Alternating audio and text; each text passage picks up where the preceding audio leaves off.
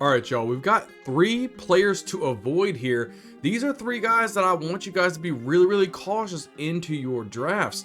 I know a lot of these guys may be going higher than what they really should, and I want you guys to be aware of the situation. And if the ADP is not right, please do not draft these players and avoid them at all costs. It could be the reason between you making the playoffs or not making the playoffs, and ultimately winning or not winning a championship. Now, the first guy I want to go over here is going to be Calvin Ridley. Calvin Ridley's a guy who ended up getting suspended off of Atlanta, moved over to the Jacksonville Jaguars, and we thought maybe this was it. Trevor Lawrence is the quarterback. I think it's going to be an absolute phenomenal slam dunk of a play, going to be the true #1 wide receiver, and the identity of the Jacksonville Jaguars really was never there. You never seen Christian Kirk step up as a true #1, Calvin Ridley step up as a true #1, Zay Flowers maybe had him a couple of games, Evan Ingram, was it really even Travis Etienne in the backfield? Nothing was going right for the Jacksonville Jaguars overall. Trevor Lawrence really couldn't get it up to par as far as what we expected to see from Calvin Ridley. Just look at what he did last year. Calvin Ridley ended up with 76 receptions, 1,016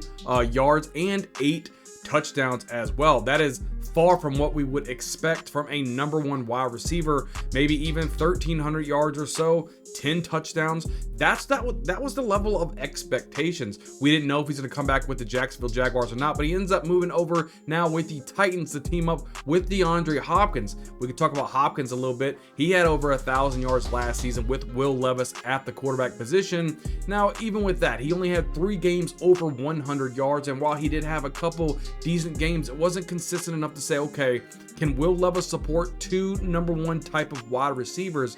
I don't know if he can as of right now. Now, he did show some flashes, especially his first game as a starter. Then he kind of had a lot of ups and downs. Maybe he can learn and still progress. And maybe he can prove me wrong to where he could be somebody that you guys can say, wow, this is great. But I think Calvin Ridley's going a little bit too high in his ADP as of right now. Somebody you want to just kind of steer clear away from. You're not really looking at the Titans offense saying, wow, this is like a barn burner type of offense. I need to get some pieces of this offense. Derrick Henry is no longer there. We'll have to see what they do if they want to just stick with Tony Pollard, who they got in the offseason, with Tajay Spears at the running back position. You got Chigo Kongwu over there at the tight end position. And now you got Calvin Ridley and Hopkins. Will Levis has a lot of weapons at his disposal, but can he take advantage fantasy football wise for us as dynasty owners or redraft owners? I'm not so sure Calvin Ridley is worth the ADP or the spot that he's going right now. I wouldn't mind taking a flyer on Calvin Ridley if he was way later in the mid to late draft. I just don't think it's somebody you guys want to spend a top flight pick on. You know, if he had just barely over 1,000 yards with a Trevor Lawrence as the #1 wide receiver, how do you think he's going to go into Will Levis as the #2 wide receiver? I just don't see where his value should be as high as what it actually is. Now, it's not through the roof by all means, but Calvin Ridley is somebody I just want you guys to pump the brakes on. I just don't think he's worth you going out there and taking a high draft pick for, because I just think you're going to be highly disappointed. Now, the second guy that I want to say avoid at all costs, Travis Kelce, right? I want to tell you guys about this 35-year-old tight end. Really doesn't do a lot early on, right, in the season. I think they're really saving his body throughout that because they want him ready and prime for the playoffs. And we saw that last year.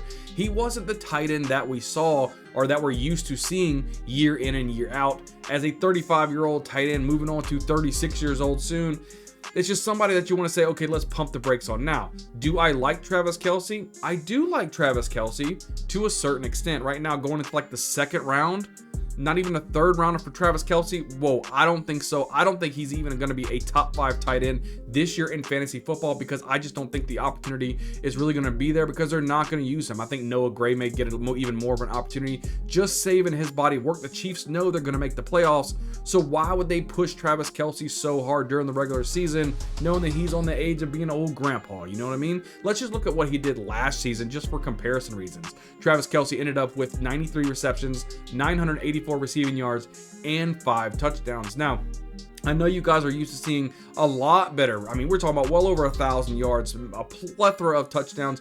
Looking to see that from Travis Kelce being the bona fide guy. Now, Could he get a little bit of a spike with the Rashee Rice news coming out right now? As of the recording of this video, they have issued a warrant for his arrest.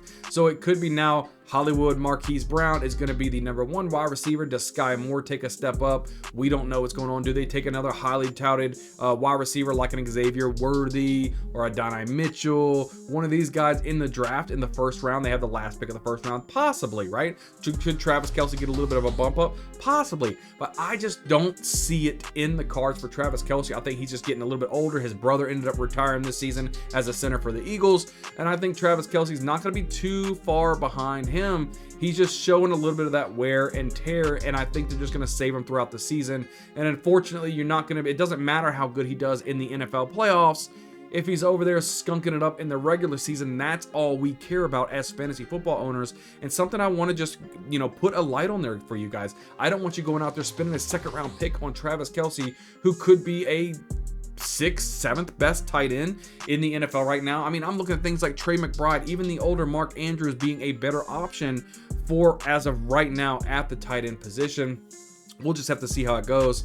I was even saying Sam Laporta, Dalton Kincaid, maybe even David Njoku. There's a lot of players that you could think that's a lot younger than him who could be more involved in the offense than what Travis Kelce is. It just makes me a little bit weary last season, seeing the limited amount of time he was really used in the offenses throughout the regular season. Now the playoff, if we get the playoff Travis Kelce, definitely worth a second round pick. I just don't see it for this season. I have Travis Kelce as an avoid. Now the third guy that I have here for you to avoid in 2024 would be Najee Harris. And hear me out. There's a lot of things that are going on right now, right? And the first gleaming one that I want to talk about is Arthur Smith coming over from Atlanta and the comparisons with Bijan Robinson and Najee Harris. First and foremost, let's go over right now what Najee Harris did last season to kind of get a baseline of what he was at. Najee Harris ended up with, he ended up with, man, every time I look at Najee Harris, it's just crazy. 1,035 yards.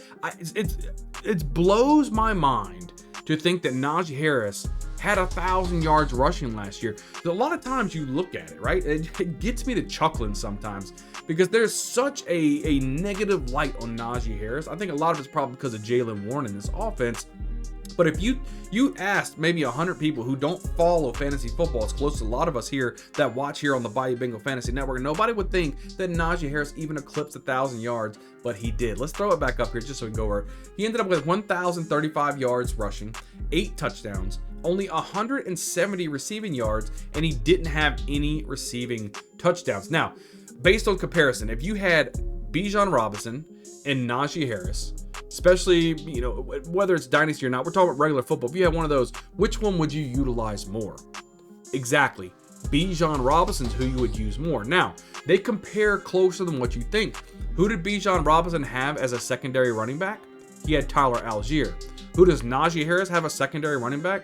Jalen Warren. So, because of that, right? And he even valued Bijan Robinson. I think Bijan Robinson is a higher tier away from Tyler Algier than what Najee Harris is from Jalen Warren. So if you think about that, the running game is going to suffer anyway because of Arthur Smith, because he is just a cock-a-doodle type of coach, in my opinion.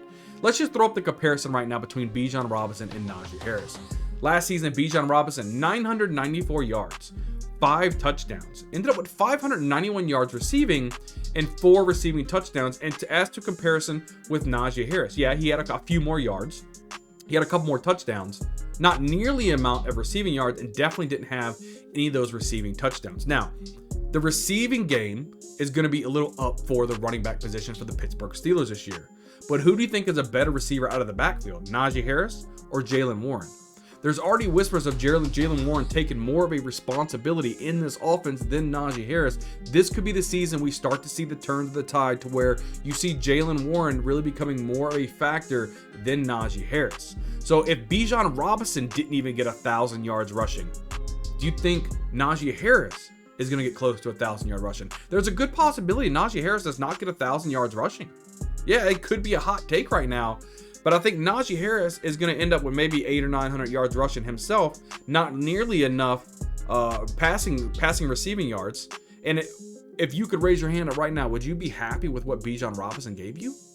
No, you're not. So do you think you're going to be happy with what Najee Harris is going to give you? Absolutely not. So this is a guy that I want to just say you might want to use a red flag, right? Najee Harris is not worth you going into a third round or maybe even the fourth round grabbing a Najee Harris type of running back, because Jaylen Warren is right behind him. And let's not forget, they want to see what they have. They not only have Russell Wilson at the quarterback position now, they have Justin Fields.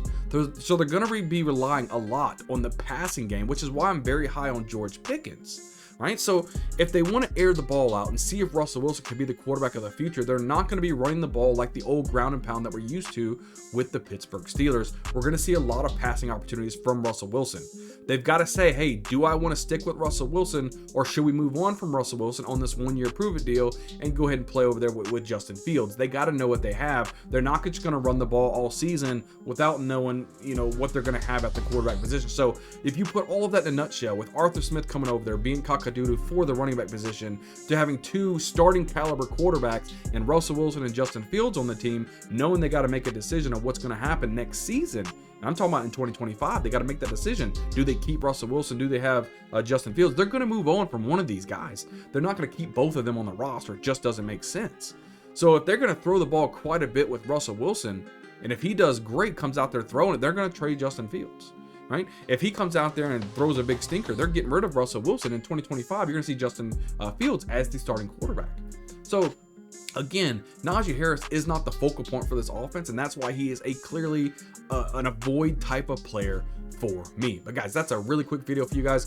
3 players I want to talk about for you guys to avoid, so that way you don't make a lot of mistakes. Hit the subscribe button for me. I'd really appreciate it. It helps out the channel quite a bit. We're really close to that 800 subscribers. Hit a like button. Leave a comment down below. Would you guys agree with me in avoiding these 3 players? Now, everybody does have their own ADP value, so if you can get them at a right value, I would probably take them at a certain point. But as of right now, currently on their ADP, they are all avoids for me. Leave it down in the comments below. What do you guys think about that? I can't wait to see you on the next video. We'll see you guys next time.